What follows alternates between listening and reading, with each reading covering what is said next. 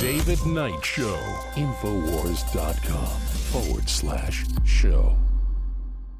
The Angry Rioter, a sacred figure in the progressive pantheon of social justice, writes Daniel Greenfield. That's a great way to put it.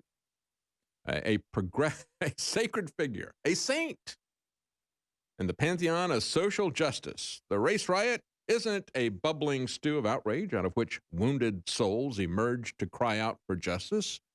It's a complicated criminal conspiracy in which the perpetrators rarely suffer any consequences. That's exactly right. Dan Greenfield, Zero Hedge, you'll see that. How to make your own race riot.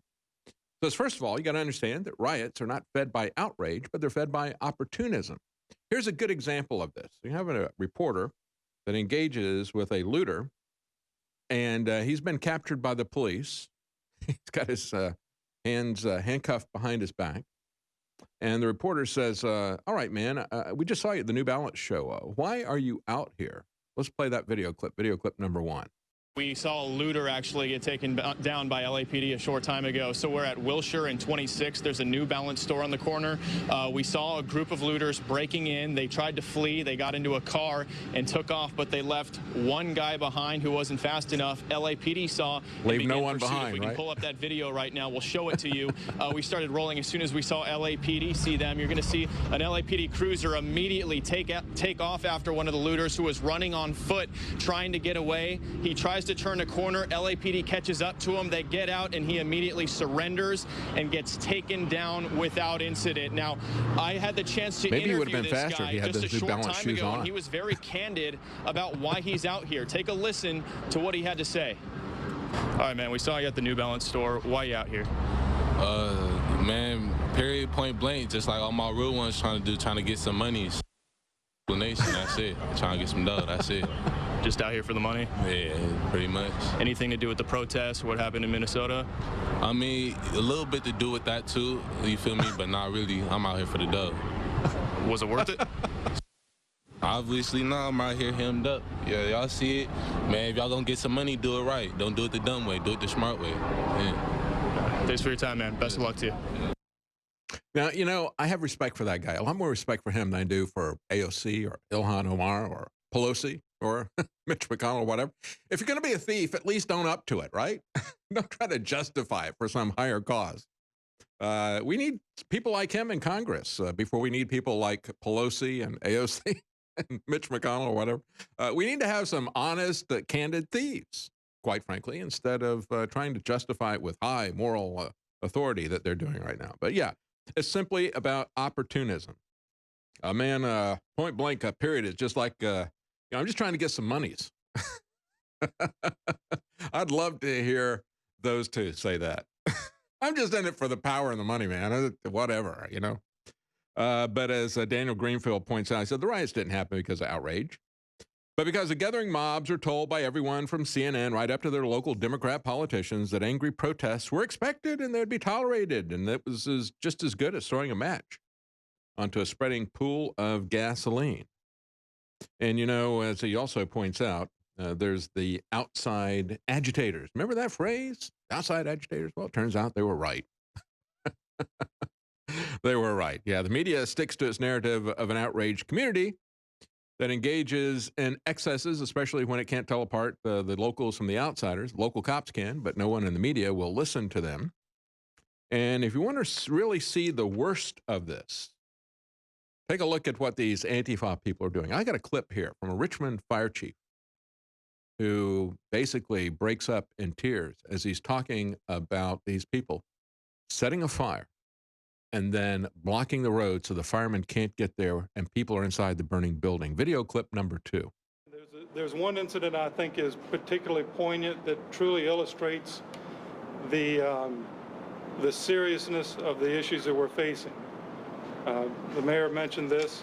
Last night, protesters intentionally set a fire to an occupied building on Broad Street. This was not the only occupied building that has been set fire to over the last 2 days, but they prohibited us from getting on scene. We had to force our way to make a clear path for the fire department. Protesters intercepted that fire apparatus several blocks away with vehicles and blocked that fire department's access to the structure fire. Inside that home was a child. Officers were able to. At this point, he chokes up. Because inside the burning building, they set the building on fire, and there's a child in there, and then they go down and Officers were able block to the help road. those people out of the house. We were able to get the fire department there safely. Sorry.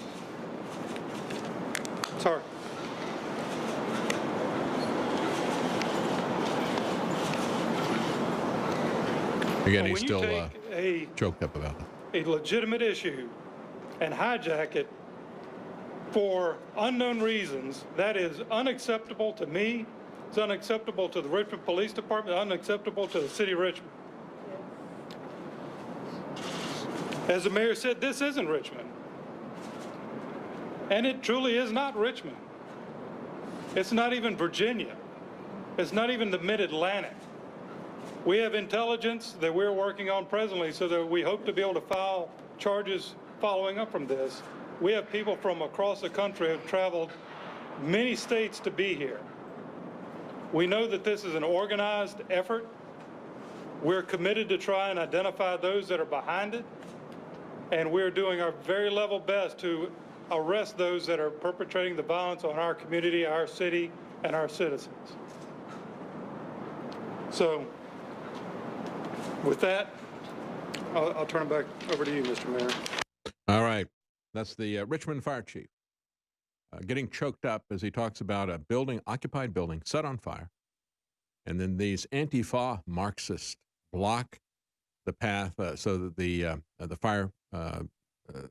firemen cannot get there. The police broke through that, and the police rescued the people out of the burning building. And then he goes on to say, these are people from outside our community. Oh, but don't believe that. Don't believe that. This is just a grassroots uprising against police brutality and racism, right? The same police who rescued the people from the burning building. See, this is Richmond. Where this particular case happened was in Minneapolis, Minnesota, a place that's run by Democrats and Muslims, and who have had incident after incident of out-of-control police. And yet, when you look at this, ask yourself, who benefits from this? You should have asked yourself that, and many of us have been saying that. Who benefits from the lockdown? Certainly not Americans, certainly not the middle class, certainly not anybody who's looking to buy food even, or medicine. Not the hospitals, really. They're going out of business. Who benefits from this? Fauci, Birx, Gates, President Trump, who is pushing the Gates vaccine faster and harder than Bill Gates ever could. Bill Gates has never put in billions of dollars into vaccine development, and that vaccine will be used. They've already contracted for it to be manufactured. It's going to be used whether or not Trump is in office. If Trump is not there, you bet they're going to force that on you. People like Dershowitz and so forth. But yeah, who benefits from this? Look at the fact that in London, they're having protests about racism in America because of one incident in one city. And again, if you want to fix excessive force, demilitarize the police, reform the police, change the way they're trained. But no, we're not going to do that. We're going to hijack that for our agenda. I said that from the very beginning. It's going to be about a race war, and it's going to be about burning down society. Breitbart, people in Trafalgar Square in London. We need to burn this excrement down. The West is falling. That's what they want to do. They want to destroy Western civilization. And that's why you're seeing this happening across the world in London. All of these people hijacking this. And here's the bottom line, folks. It's the global corporate media that is able to push a narrative, no matter how absurd, no matter how detached from reality. They're able to push a narrative and instantly affect change on a global basis. You should be very afraid of that. And you should understand the only thing that stands in the way of that is independent media.